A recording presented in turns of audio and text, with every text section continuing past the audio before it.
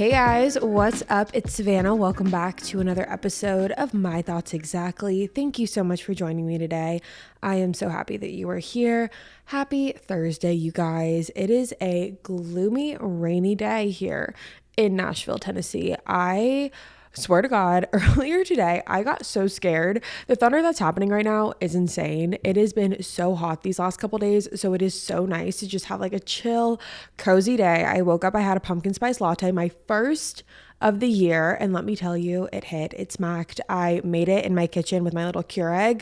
I bought the pumpkin spice Keurig pods on Amazon, and I had one this morning. It was so good, and it set my day up for success, and here we are. So today, I am very excited about this topic. Funny story about this topic, actually. I reached out to you guys on the My Thoughts Exactly Instagram, and I had asked you guys what episode you wanted to see. I gave you two options, and guess what? 50-50 results. Yeah, exactly, like right down the middle. And not even like the number votes were like off. It was like 50% on each one, and they both had like 120 votes each, literally down to the T. So that did not help one bit, but I got to choose the episode this week, and then we're going to do the other one next week. So it's going to be fine. But as you can tell by the title of today's episode, today we are talking about a topic that I love to talk about. I love to talk about this with my friends. I love to talk about this with really anyone that'll listen. And I think it's a topic that doesn't get spoken about enough. And that is the whole idea of being the one that got away. And you can cue in that Katy Perry song right now. I listened to it the other day, and it's kind of like what made me think about this episode and why I think it's important to talk about. Before we get into it, I do want to say, make sure you are subscribed to the podcast. We post weekly every Thursday. You're not going to want to miss it. So with that being said, let's jump right on into it today. Being the one that got away. This is something that I think, like I said, is a very important topic that is not spoken about nearly enough. I think when talking about relationships and breakups and rejection and friendships, we hear a lot about how to get revenge, and we hear about how to get them back, how to make them, want us back, how to repair the relationship. But we never talk about something that I actually think is the most rewarding title that someone can have, which is being the one that got away. Now, what does it mean to be the one that got away? I think that this is something that's different for everyone, but for me, being the one that got away means being the one that they wish they could have had, and not even from like a revenge standpoint. It's more so being the one that continues to live their life and thrive without that person, without the person who you thought you once wanted. You're letting the person who either rejected you or broke up with you or whatever the case may be, you're letting them see you in a light where they can see that you never needed them in the first place and that you're better off without them. And it doesn't have to be with any malice or bitterness. That's kind of something that I think is the difference between being the one that got away and being, the one who's out to get revenge and being the petty one. The one that got away, there's none of that. There's none of that negativity. There's none of that, bitter energy in there. It's more so just living your life and letting them regret the choices that they made. And to me, it's a pretty rewarding title to carry. I think like this is the best title that you can have, rather than being like the petty one or the one who's always going to get revenge or the one who like doesn't give a fuck. It's like being the one that got away. Like, who does not want to be that for someone? I don't know. I think I do. Like, I think that that's like the title that you want. So for me personally, like I said, I would 10 out of 10 times be the one that got away or want to be the one that got away rather than being the one who was trying to upkeep a one-sided relationship. Like, I don't want anyone to be able to look back on their time with me and say that I just couldn't let it go or that I was so crazy about them and so obsessed with them and blah, blah, blah, blah, blah. Which, first of all, it doesn't matter what other people say about you, but like, I don't want anyone to feel like they have that one up. Like, that's how I I think about it in my mind. Like, no one's going to be able to sit there and say that I, was begged for them back and that I was so desperate and had that desperate energy, because no, like if someone does not want to be with you, you have to let them. I've been preaching this since day fucking one. If someone is stupid enough to let you go, you have to be smart enough to walk away and let them live with the regret that they're going to carry through that once they realize that you are better off without them. And I think a lot of times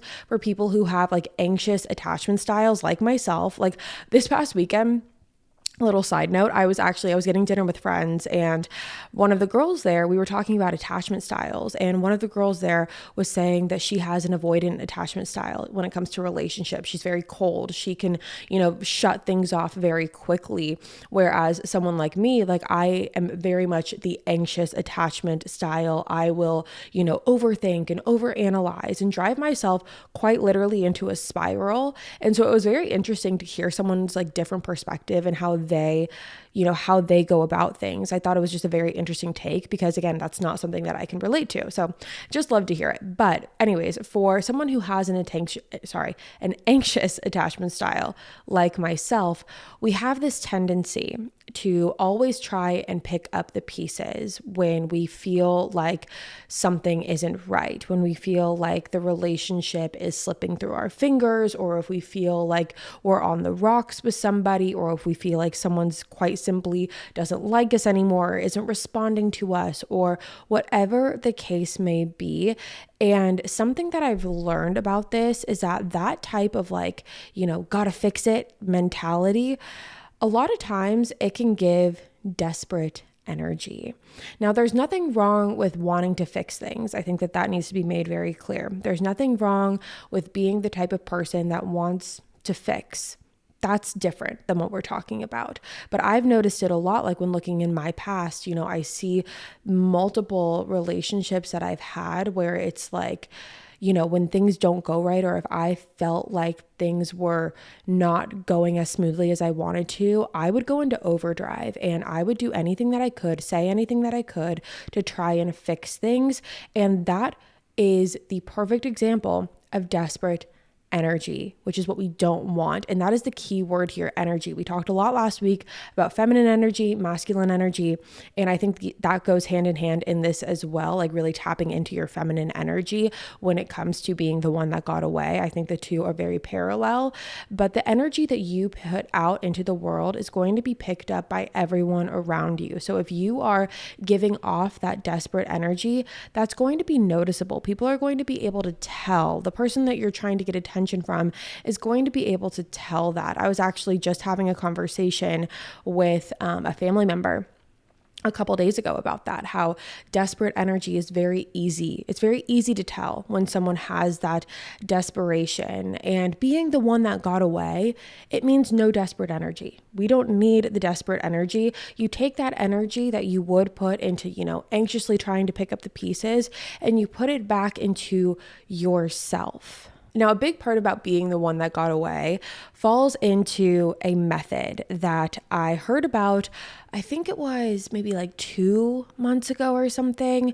I heard about it through TikTok, and I heard about it through a woman named Mel Robbins, who is absolutely amazing. You can go find her on TikTok, and she talks a lot about this thing called the let them method. And the theory goes as follows. Basically, any time in life where you feel like things are not going your way, whether that is your friends are hanging out without you, whether that is someone who you're dating doesn't want to be with you anymore, the person that you're talking to, isn't being as communicative, the person that you want to be with isn't showing that same amount of reciprocation, any facet in life. And it doesn't just have to be social. It can be, career, it can be family, it falls into everything.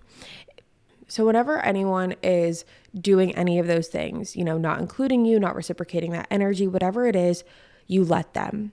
You don't try and change it. You don't try and freak out internally, externally. You just have to let them do it. And the reason being is that by letting them do what they want to do, which is out of your control, by the way, when letting them do that, you are going to be tapping into your inner peace, which is something that you can control. Even though it might not feel like it at the time, you could sit here and say, Savannah, when my friends are hanging out without me, that doesn't really give me that much peace. Or when he's not texting me back, that doesn't really give me a lot of peace. And I understand that. I totally get it. But you have to remember that like there's only so much in life that you can control. And this is coming from a control freak. Go back and listen to the Confessions of a Control Freak episode. But there is only so much in life that you can control. You can't control what anyone else does. So you just have to let them do it. And then what you can control is your reaction to it. The reason why you let them is because people are going to do what they want to do anyways, no matter what. So what good is it going to do for you in your own inner sanity to constantly be wondering and worrying? And trust me, I am preaching to the choir. I get it.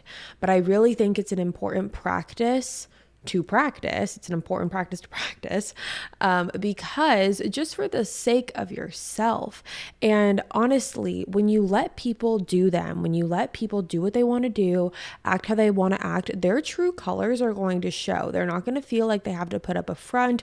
They're not going to feel like they're going to be judged. They're not going to feel like they have to put on an act. And so when they do that, you'll really be able to see who you're dealing with. And when you get into this let them mindset, you are really tapping into an individual energy that is not desperate, it is not needy, and it shows the other person that you value yourself over all else. Like, oh, you want to act up, like, oh, you want to go, that's what you want to do, that's how you want to act, go do it. Just let them. And then you can you can assess accordingly how you want to continue or not. So that's the number one thing that I have to say about how to be the one that got away. It is just having that energy, having that let them energy. You just have to let it go sometimes. And I know personally, just like a side little story time, in the instances where I have been in a conversation where it's like it's giving very much like the last time we will ever speak, and it's giving very much like breakup, whether that's a relationship, situationship, whatever, instead of, and this is if the other person is, they are initiating this ending, instead of freaking out, instead of being, why is that? Where did it go wrong? What did I do? What did I say? How can I fix it? All you got to say is, okay, that's it. And they are going to be shook. Trust me, they're going to be shook, and they're going to realize that they are losing something in that moment that did not need them. Right? And a lot of the times when dealing with certain personalities, they thrive off of this ego that they get when they think that people need them, when they think that people, oh yeah, she can't live without me, whatever. They thrive off that. So when you hit them with the okay or with the that's fine, they don't know how to act. They don't know how to respond. And trust me, I have been in several situations where this has been the instance. I can think of one in particular. Oh my God, this made me so mad. Okay, I can think of one in particular where this was probably like, how long? Like lifetimes ago, maybe like 4 years ago, 3 years ago, 2, 3, I don't know. It was in like 2021, I think. And I remember I was talking to this guy. We had been talking for months, and I had like reached my limit. It was like driving me insane. I couldn't do it anymore. And I had called him, right? Like I called him to like end things, right? He could not handle that I was the one who was doing the ending of this situationship. And I remember being on the phone with him, and he was telling me like, yeah, my heart's just not in it anymore. Like, but you taught me so much, blah, blah, blah. And I was like, okay, buddy, like I called you, but whatever, go off, have your little speech. And he was doing his speech, whatnot. And he's like, I just don't think that, I can continue this. And I said, yeah, I know. Like, okay. And he goes, that's it? And I was like, yeah. What do you want? Like, what do you mean that? Yeah, that's it. And he was like, I'm really surprised. Oh my gosh, you guys, this made me so mad. He goes, I'm really surprised about how you're taking this. Okay, first of all, I called you, but let's bypass that. And he goes, I'm really surprised about how you're taking this. And I go, well, what do you mean? And he was like, usually when I have this conversation, like, I'm so sorry, this is so common for you, but like, usually when I have this conversation, he goes, the person on the other end of the line is freaking out. They're freaking out. They're crying. They don't know what to do with themselves. And I'm just really surprised that you're taking it this way. And I remember being on the other end of the line, and I was like, well, blank, his name. I was like, not to be a bitch, but this really isn't something that is getting upset over losing. And I remember the silence on the phone, the tension on the phone, you could cut it with a knife, because he could not believe that I did not care. Now, granted, were there tears that came after I hung up the phone? Yes. Was I upset? Yes.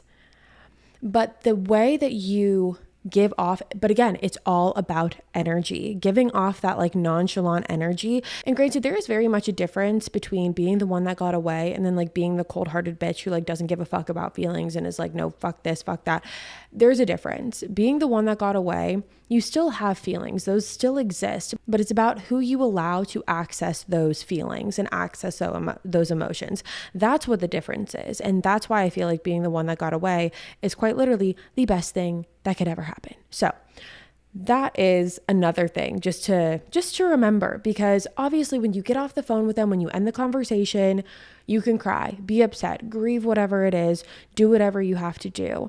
But when it comes to that conversation in itself, hold your ground, show them that like you don't need them, like you don't need anyone, like you're cool, you're good. And then we move on. And here's another thing to remember. This is a big one. They always come back.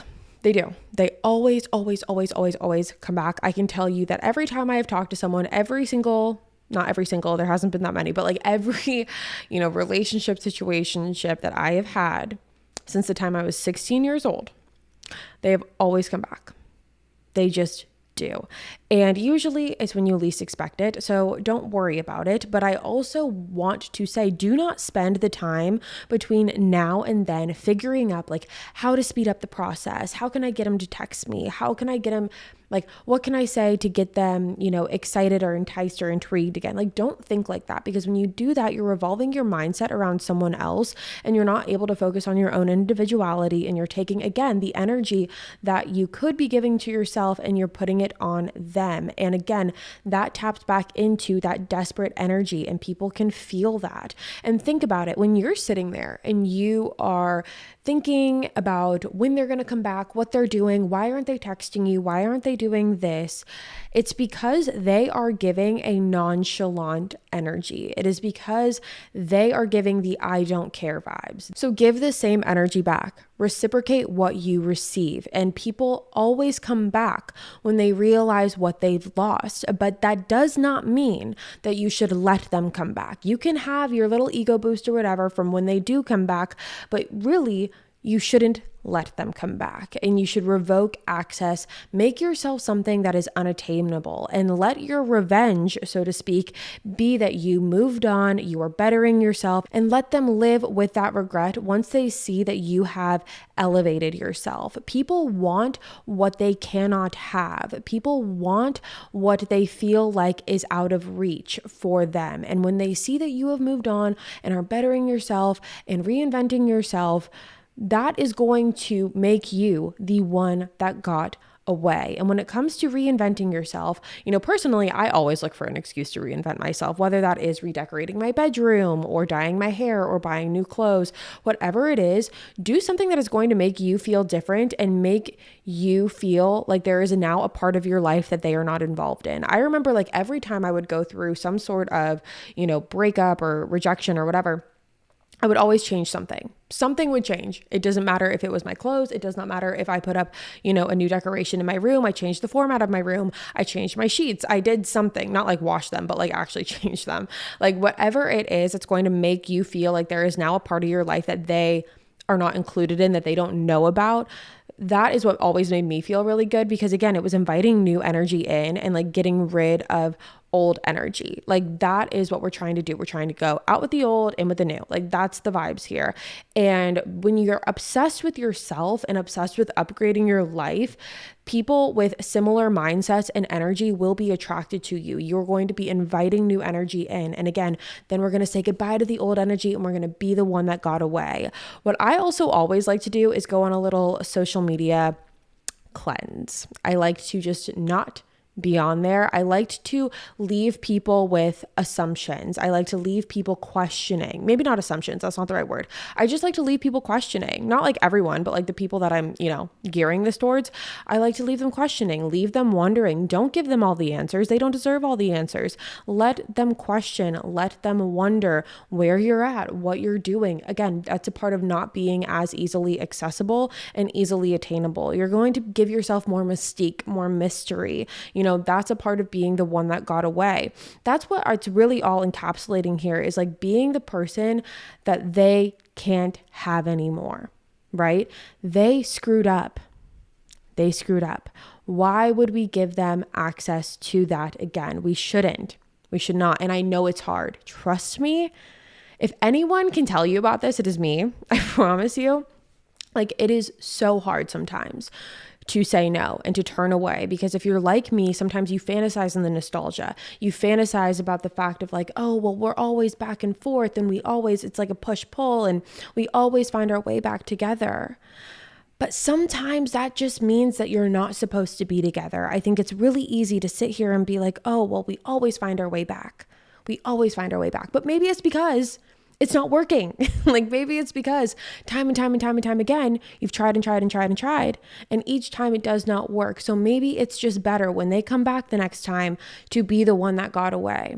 There's only so many chances that you can give someone. There's only so many opportunities that you can give someone. And over time, using that let them mentality, you will see how someone acts. And, if it didn't work the first 6 or 7 times, it might not be right.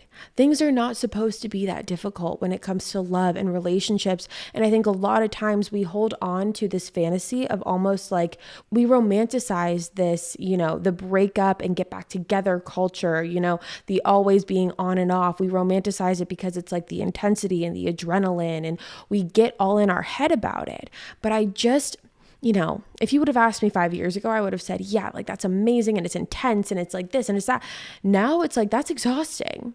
Like, how long are you going to be playing those games for? And a lot of times, once you get into that stability with that person, like it flatlines. It like, what's it called? It plateaus. Yeah, sorry, vocabulary. It flatlines, it plateaus, because when you're with that specific person, you guys are so used to a cycle of this push, pull, intensity, hot, cold, whatever. And so when you're just stable with each other, sometimes it just doesn't work.